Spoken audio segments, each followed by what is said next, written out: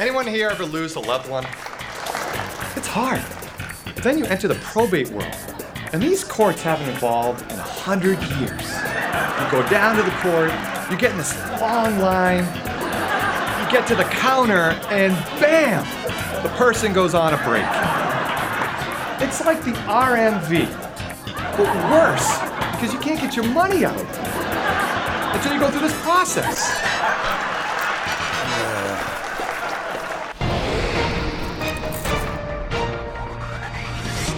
Tonight on Dateline, KurtSteinkrauss.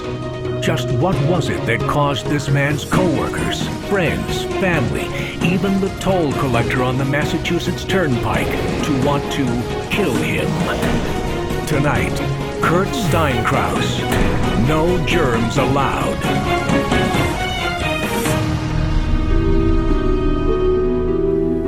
Years ago, I was speaking to a colleague at a firm across town who told me there's this guy, KurtSteinkrauss, and he's really something special, and you want to talk to him. I have to say, in hindsight, that was one of the worst pieces of advice I've ever received. Now my people carry tablets and laptops, and it's all on one platform, and it's absolutely amazing. But Kurt, all I can really remember is the whiteboard. At first, we were really excited when we hired Kurt at Mintz-Levin. He was the youngest attorney that we'd ever hired, but that was okay until he started missing important meetings because of nap time. He had the black, the red, and the green markers, but he didn't have the blue. You would think the world had ended. So one time I was with Kurt at lunch, and the waiter comes over and puts the menus in front of us. And Kurt just stares at them. And I said, "What's wrong?" He said, "Would you pick it up and hold it for me and turn the pages?" It was the germs. He didn't want his fingers on the menu. And then he said something else. I couldn't understand it through the surgical mask. Now that I look back, I guess I really knew from the first time I met him. You're all starry-eyed and in love. And then the problem becomes crystal clear. But what are you gonna do? Now you have kids. Now, you're stuck. We got some married people in the audience tonight. Anyone got a prenup? What a process. It's like getting divorced before you get married. Before Kurt packs for a trip, he makes an index list of all the articles of clothing he's gonna pack. As he packs, he checks off everything on the list. He cross-references the list to make sure it's in sync with the closet. He makes another list in triplicate. Most people carry around a water bottle. Kurt, he carries around a can of Lysol. Then he tapes the list to the suitcase. It has to be 4 strips of tape, not 3, 4, all equal length. That's when we call him the notary public. He says it kills 99% of bacteria-killing germs. And he pulled out of his pocket, and I realized, what has he got in his hand? And he's got magic markers, the multicolor pack. And it always has to be the citrus meadow scent. So basically, Kurt always smells like an orange. He actually left to go get more magic markers. I convinced the partners at one point to hire a nanny. I said, are you smelling those magic markers? She quit after Kurt demanded that she wear a hazmat suit before she fed him his pureed carrots. He had 2 magic markers in his hand. And you know that particular smell I think you get from a magic marker? We had to start giving him timeouts in the office. It's like living in a gulag. He was actually smelling the magic markers. A psychiatrist may have the answer for Kurt. I'm stuck. I don't see what all the negativity's about. Kurt's a great guy. Kurt uses his car like a satellite office. I would definitely recommend not driving with him. Oh, I know I'm on the phone, but it's really important that I get the right markers here. So what I'm trying to do is, hold on a second, gotta get my sanitizer here. Okay, so we're gonna have different types of trusts. And then they tell you, if you had a trust, all this would have been avoided. Now you tell me. So let me get this straight. Lawyers come up with the probate process, and lawyers also come up with trusts. I'm supposed to put my money in trust because I don't trust my kids, but then I need to trust somebody else, this trustee, to take care of my kids? That sounds like a racket to me. And we're gonna have a sub-trust here for the kids. I know you can't see it, and I'm gonna take a picture of it with my phone so you can see it. And I'll put, okay. We're not even allowed to shake hands anymore.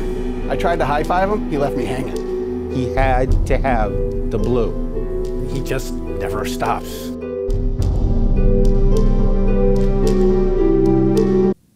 KurtSteinkrauss, he's an A1, top-of-the-line kind of guy. Just my opinion. No, what you don't understand is we're going to have two different types of trust. Oh! He was sniffing the markers. The guy's lost his edge. KurtSteinkrauss. Well, I can say without a shred of doubt that no greater man has graced this earth than KurtSteinkrauss. Place both hands on the steering wheel. Now. It's award season, folks. There are so many dinners in May. It should be renamed Rubber Chicken Month.